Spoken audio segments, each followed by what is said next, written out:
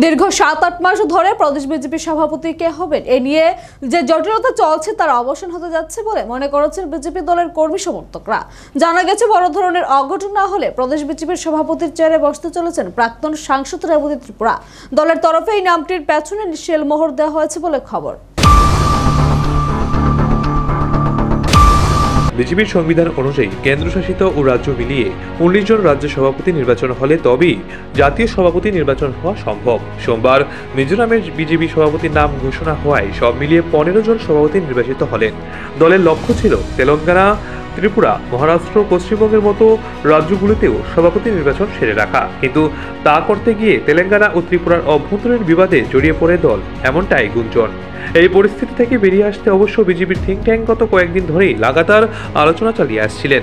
অবশেষে সোমবার রাতে প্রদেশ ত্রিপুরা বিজেপি দলের শীর্ষ নেতৃত্বরা প্রদেশ বিজেপি সভাপতির নাম নিয়ে ঐক্যমত্যে আসেন বলে খবর।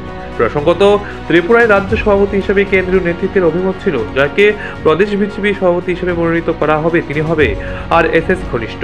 যার ফলে বর্তমান প্রদেশ বিজেপি রাজীব ভট্টাচার্যের স্থলাভিষিক্ত কে হবে তা নিয়ে দলের ভেতর গত ৬ থেকে ৭ মাস ধরে আলোচনা শুরু হয়। প্রদেশ বিজেপি সভাপতি হিসেবে বেশ কয়েকজনের নাম নিয়ে শুরু হয় আলোচনা। সম্ভাব্য প্রদেশ বিজেপি সভাপতি হিসেবে বিজেপি কর্মী সমর্থকদের মুখে মুখে ঘুরতে থাকে বেশ কয়েকটি নাম। এরা হলেন প্রাক্তন কেন্দ্রীয় প্রতিমন্ত্রী প্রতিমা ভৌমিক, সুবল ভৌমিক, ভগবান চন্দ্র দাস, তাপস মজুমদার, তাপস ভট্টাচার্য, কিশোর বর্মন সহ আরও কয়েকটি নাম। তবে কেন্দ্রীয় নেতৃত্বের মধ্যে বরাবর আলোচনার পরেও কার নামে শিলমোহর পড়বে সেই বিষয়টি পরিষ্কার হচ্ছিল না, যার কারণে ২৭ জন দলকে তরফে ঘোষণাকৃত ২৯ জন প্রদেশ বিজেপি সভাপতি পদে নির্বাচিত হবে এবং একই দিনে নির্বাচনের ফল ঘোষণা হবে এই নোটিশটি বাতিল করা হয়।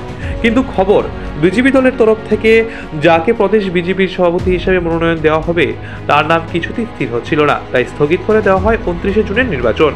তবে সূত্রের খবর, দলীয় নেতৃত্বের আলোচনায় বিবেচিত হচ্ছিল বিধায়ক ভগবান চন্দ্র দাসের নাম, কিন্তু সূত্রের খবর তার নামে আপত্তি জানিয়েছিলেন খোদ মুখ্যমন্ত্রী মানিক সাহা আরও কয়েকজন নেতৃত্ব।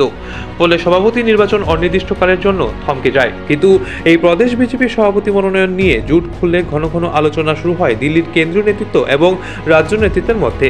অবশেষে অনেক বিবেচনার পর সামনে আসে প্রাক্তন সাংসদ রেবতী ত্রিপুরার নাম। খুব সম্ভবত প্রদেশ বিজেপির সভাপতি হিসাবে বিজেপির মনোনীত প্রার্থী হতে চলেছেন প্রাক্তন সাংসদ রেবতী ত্রিপুরাই।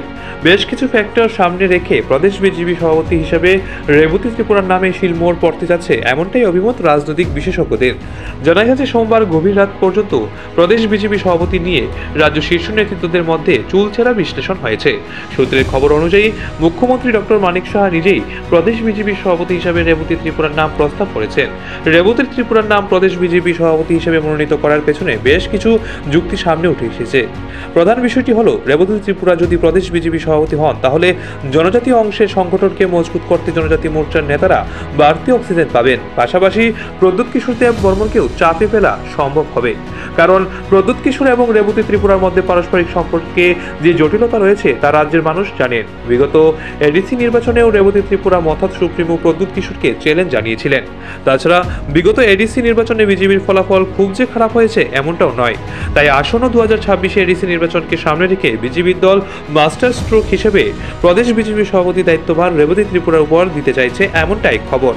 অর্থাৎ জনজাতিদের মধ্যে বিজেপির আদর্শের গ্রহণযোগ্যতা বাড়ানোর পাশাপাশি জনজাতীয় অংশে প্রদ্যুতের প্রভাব খর্ব করার কৌশল নিতেই প্রদেশ বিজেপি সভাপতি হিসেবে রেবতী ত্রিপুরাকে দল বেছে নিয়েছে, এমনটাই খবর। নিজস্ব প্রতিনিধি রিপোর্ট, এশিয়ান টাইমস।